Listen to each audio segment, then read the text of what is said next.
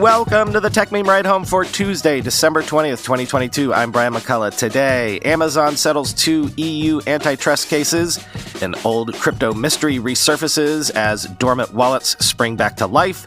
TikTok will tell you why they recommended that video to you. Is growth at Mastodon a flood or a trickle? And Coinbase is now worth less than Doge. Here's what you missed today in the world of tech.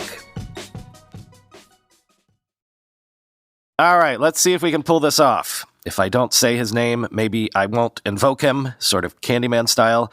We'll explain that at the end of the show.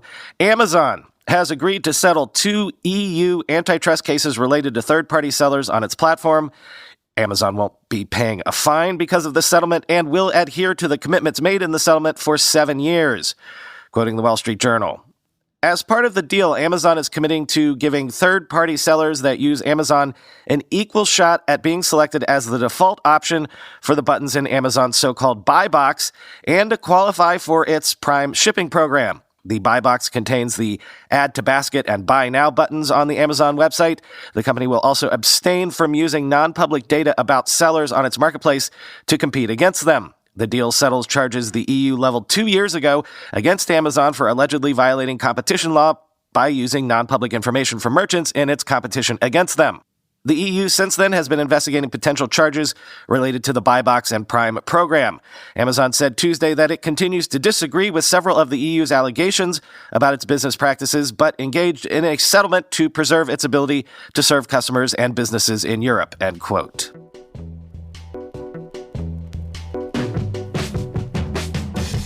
A different kind of crypto story for once. This is like an old school crypto story, the kind we used to have back in the early days of crypto. It's a mystery story, quoting CoinDesk. More than 100 bitcoins tied to the defunct Canadian crypto exchange Quadringa were transferred out of cold wallets thought to be beyond anyone's control over the weekend after sitting dormant for more than 3 years. The company's bankruptcy trustee, Ernst & Young, did not initiate the transfers, CoinDesk has learned. Quadringa CX went bankrupt in 2019 after the apparent death of founder and CEO Gerald Cotton. At the time of its collapse, Quadringa was believed to have owed thousands of customers nearly $200 million in various cryptocurrencies, a staggering failure for what was once Canada's largest crypto exchange. Ernst & Young, which is acting as the trustee for Quadringa's estate, announced in February 2019 that it lost control of about 100 Bitcoin after mistakenly sending the coins to Quadringa-operated cold wallets that the Big Four financial services firm said it couldn't access. At the time, the Bitcoin was worth around $355,000 US. The Bitcoin in these addresses remained frozen until last Friday when the coins in all 5 addresses left between 6:52 p.m. Eastern Time and 7:14 p.m. Eastern Time. Magdalena Gronoska, a bankruptcy inspector and member of Quadringa's creditor committee, said the funds were not moved by Ernst & Young. In total, 104.34 BTC worth around $1.7 million at press time has left Quadringa's wallets. Many of these funds appear to have been distributed to different wallets. Bankruptcy inspectors are aware Quadringa funds have moved. Thank you to blockchain investigators for following flows. We're working to gather more information, and I hope we are able to recover stolen funds, Gronoska said.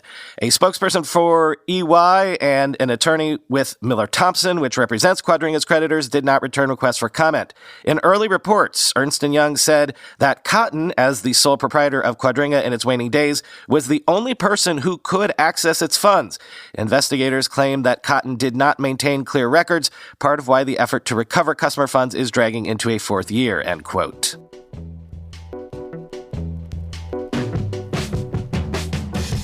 In a first, TikTok has begun telling users why a video was recommended for them in the For You feed, such as previous interactions or followed accounts, etc., quoting TechCrunch.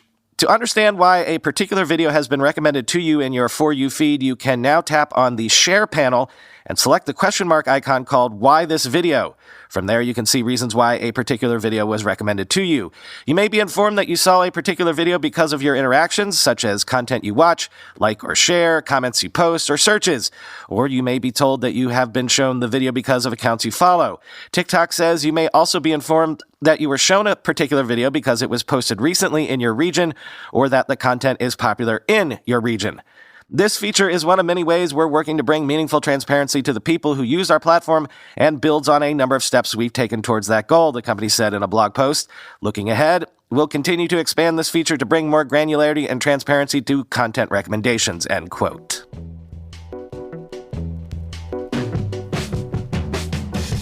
Also a first. Sources are saying that Apple plans to move some MacBook production to Vietnam in 2023, asking Foxconn to begin as early as May to further diversify Apple's supply chain beyond China. Quoting Nikkei Asia, Apple has been working to add production sites outside of China for all of its major product lines, but doing so for the final one, the MacBook, has taken longer due to the complex supply chain needed for making laptop computers. After the MacBook production shifts, all of Apple's flagship products basically will have one more production location beyond China. iPhones in India and MacBooks, the Apple Watch, and iPads in Vietnam. One person with direct knowledge of the matter told Nikkei Asia, what Apple wants now is an out-of-China option for at least part of production for all of its products, end quote. The company has been working on plans to move some MacBook manufacturing to Vietnam for nearly 2 years and has set up a test production line in the country, Nikkei Asia reported earlier. Apple makes between 20 million and 24 million MacBooks annually, with production spread between bases in the Chinese cities of Chengdu in Sichuan province and Shanghai. The shift to Vietnam comes amid not only rising geopolitical tensions, but also production disruptions caused by China's zero-COVID policies and uncertainty from their sudden loosening in recent weeks. For China, the loss of its lock-on MacBook production symbolizes the broader weakening of its position as the world's factory. Top electronics makers from Apple, HP, and Dell to Google and Meta have all made at least some plans to shift production and sourcing away from China since former U.S. President Donald Trump started a tariff war against the country, end quote.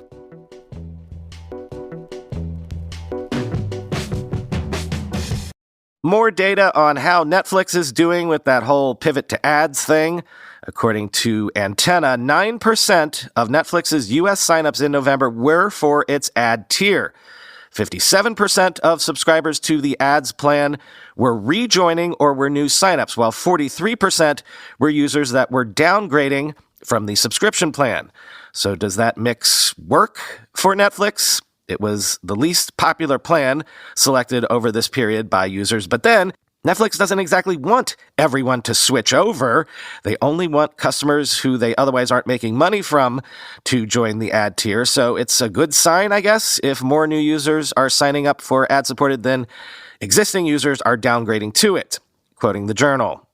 The goal for streaming services that launch lower-cost ad-supported plans typically is to recruit as many new users as possible while minimizing those who trade down from more expensive plans.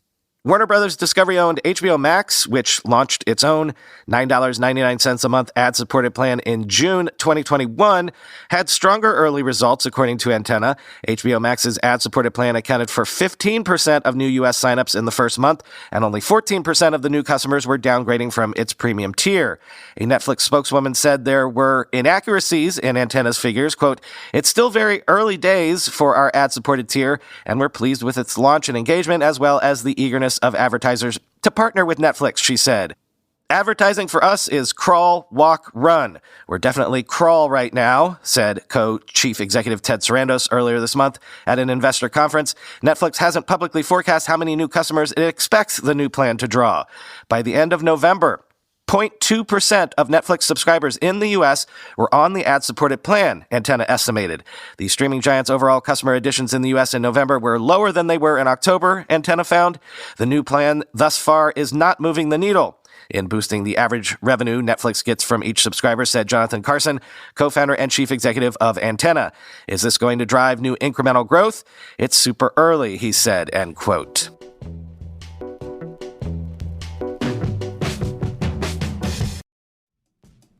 This episode of the podcast is sponsored by our friends at Storyblock. Oatly has been growing fast, especially internationally. Recently, the company outgrew its old-school content management system and needed a way to expand its global reach. After a thorough evaluation, the team at Oatly decided to use Storyblock as their next CMS. Within 2 months, they'd launched 16 global websites. Oatly's creative team loves Storyblock's visual editor, its collaboration features, and the possibility to reuse content components globally. Quote, building a new website comes with a lot of things to think about, but with Storyblock, it helps you build in the right way with SEO in mind, structured content, and really get us to rethink and consider our KPIs, end quote. That was Marcus Holmquist, digital project manager at Oatly. Oatly, Adidas, T-Mobile, and more than 92,000 other users have named Storyblock as their CMS for the future. With customers in nearly every industry and country, Storyblock helps thousands of people manage and deliver their content. Let Storyblock manage and deliver yours. Register for the free product demo or test out Storyblock for free by signing up via storyblock.com/ridehome. Go to storyblock.com/ridehome. That's Storyblock with a K at the end, .com/ridehome. Just about everything we thought we knew about work, where we do it, when we do it, how we do it, has been turned on its head. Where is it all going? And is there a roadmap to get us there? Well, on Work Lab, the new podcast from Microsoft, hosts Elise Hu and Tanya Mosley explore how the modern workplace is changing and what that might mean for you. When should we go to the office? How do you network when you're working remotely? Elise and Tanya speak with leading experts on the future of work and the workplace, from economists and technologists to CEOs, psychologists, even neuroscientists. Learn more about productivity paranoia and how it's disconnecting managers from employees. Learn how leaders can inspire the rising Gen Z workforce. Listen to and follow Work Lab on Apple Podcasts, Spotify, or wherever you listen to podcasts. That's Work Lab. But then, numbers are funny things. It all depends on how you parse them. For example, Mastodon CEO Eugen Rochko says that social network reached 2.5 million monthly active users in November, up from around 300,000 in October, as Twitter users fled the service. So, like those Netflix numbers, does that sound good to you? Or is this actually bullish for Twitter that not that many people have jumped ship? Quoting TechCrunch, Rochko sounds confident in Mastodon's future, quote, understanding that freedom of the press is absolutely essential for a functional democracy. We are excited to see Mastodon grow and become a household name in newsrooms across the world, and we are committed to continuing to improve our software to face up to new challenges that come with rapid growth and increasing demand, he wrote, end quote. But David Wetheimer shows why numbers are often in the eye of the beholder by tweeting, quote, Mastodon grew 750% in a single month and now has roughly 0.75% of Twitter's monthly active users. Scaling social is hard, end quote. Indeed, like those Netflix numbers, is being less than 1% of Twitter's monthly active users a sign of the beginning of a transition? Is this the sign of crawling before walking, or is it just a crawl?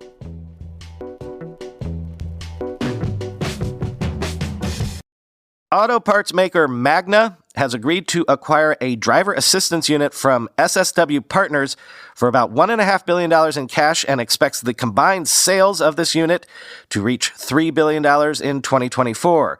I'm covering this because it's kind of unclear where auto tech is at the moment. Recent headlines have made it seem like self-driving technology is in the middle of something of a washout, but that doesn't mean there's no value to this tech if you were to, say, pull back from full self-driving. Quoting Bloomberg, car makers and suppliers have been fine-tuning their approach to self-driving and driver assistance systems after struggling to deliver meaningful progress on deploying robotaxis on public roads. Volkswagen and Ford last month pulled their support from self-driving firm Argo after pouring billions into the startup. Other car makers like Tesla have fallen short on self-driving goals.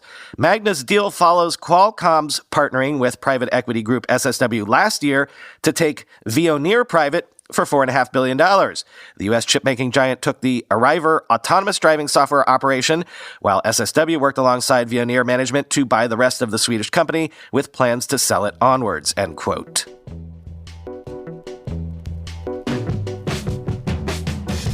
Sign of the times, according to the Financial Times, a drop in venture capital deals and a slowdown in the IPO market are pushing tech startups to debt-based options as opposed to raising more equity rounds. Preqin shows new VC deals fell 42% year over year to $286 billion in the period from January to November of this year.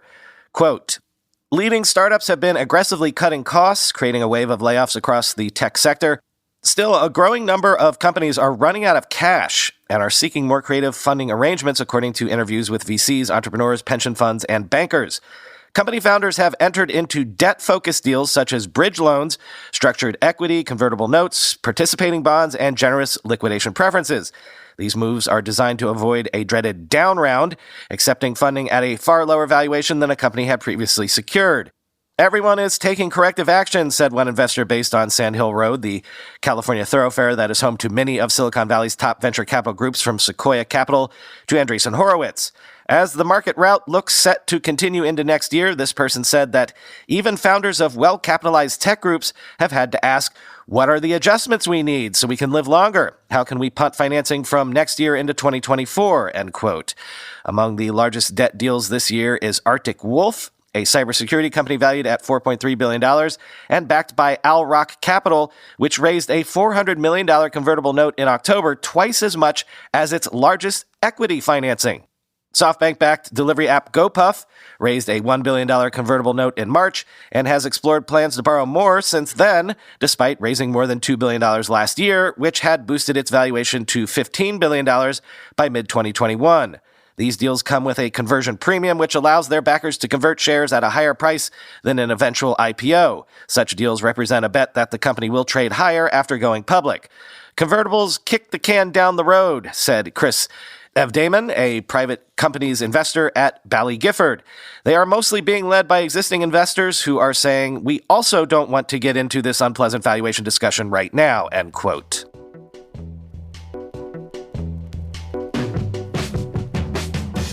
Finally today, as ever with stories like this, I take no pleasure in telling you about this, but again, it is a real sign of the times.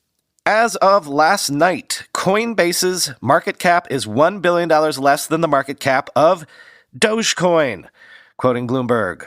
The exchange now has about $8 billion in market capitalization, while the value of Dogecoin, originally created as a joke in 2013, is topping $9 billion. The measurement does not necessarily reflect the intrinsic worth of those projects, but it may show how a meme coin can outperform the shares of a major US-based exchange amid a highly volatile market. Coinbase has been among the hardest hit crypto firms as investors yank coins off exchanges or exit the asset class as a whole. The exchange has laid off more than 18% of its workforce, or the equivalent of roughly 1,200 people this year. Chief Financial Officer Elisa Haas said the firm is preparing for 2023 with a more conservative bias. Coinbase is tied to the fortunes of the broader crypto market, said Michael Tsafai, partner at crypto trading firm Dexterity Capital. Dogecoin has no real connection to the macro, but instead is driven almost primarily by headlines and hype. Retail investors seem to be hungry for one last pop, end quote. Coinbase shares have tumbled by about 86% in 2022 and dropped 3.9% to a record low of $35.17 in Monday in New York, end quote.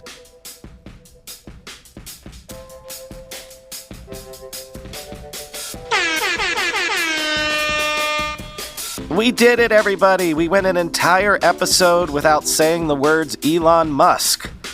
I know, I just broke that by saying that, but it was a close-run thing, because in that last story, I could have mentioned how Doge has rebounded in price ever since Elon took over Twitter.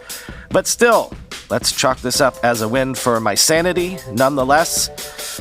Day 2, obviously, of my voice still recovering from my food poisoning. Talk to you tomorrow.